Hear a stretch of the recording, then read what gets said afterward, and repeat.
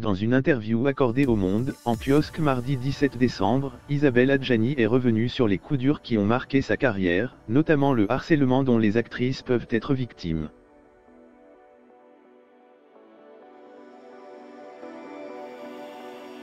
En 2017, l'affaire Weinstein a éveillé de nombreux mouvements comme #MeToo et #Balance ton porc.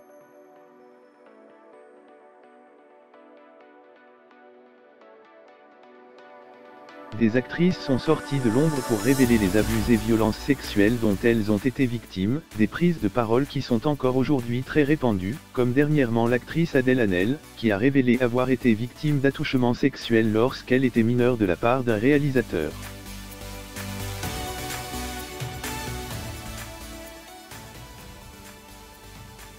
Solidaire de ces mouvements, Isabelle Adjani s'est rapidement confiée sur ces abus, dont elle a également été victime, dans les colonnes du Monde, en kiosque mardi 17 décembre.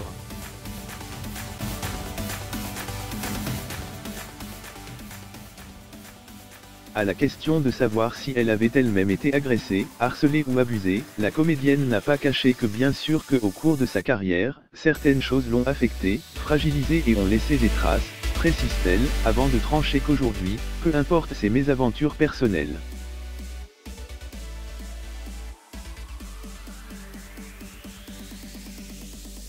Pourtant en novembre 2017, Isabelle Adjani avait révélé auprès de Libération avoir été victime de harcèlement sexuel de la part d'un metteur en scène russe, qui au cours d'un déjeuner lui a attrapé la main, et a mis son index dans sa bouche, en se mettant à le sucer longuement.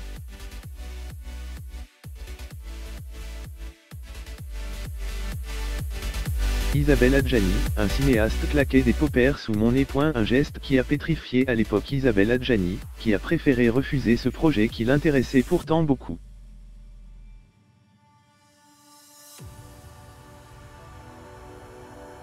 Si elle dénonce dans les colonnes du Monde, qu'être un objet de désir ne doit pas conduire les actrices à subir, notamment la prise de pouvoir sur leur corps, la comédienne se souvenait également en 2017 dans Libération qu'un producteur, qui à l'époque rayonnait, se comportait avec elle en dominateur machiste sur un film qu'il produisait et dont il fallait fuir ses avances.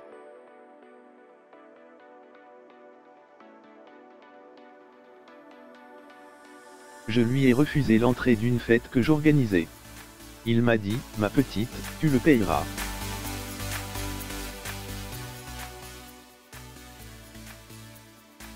Et effectivement, avait-elle ajouté, avant de raconter un autre moment effrayant dans sa carrière.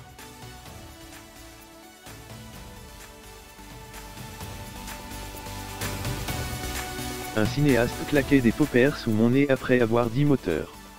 Je ne pouvais pas ne pas respirer.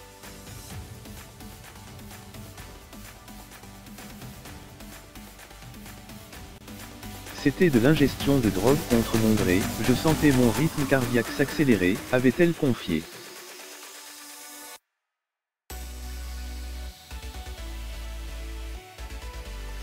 Des témoignages qui l'ont notamment poussé à qualifier la tribune réclamant la liberté d'importuner, d'« infamante ».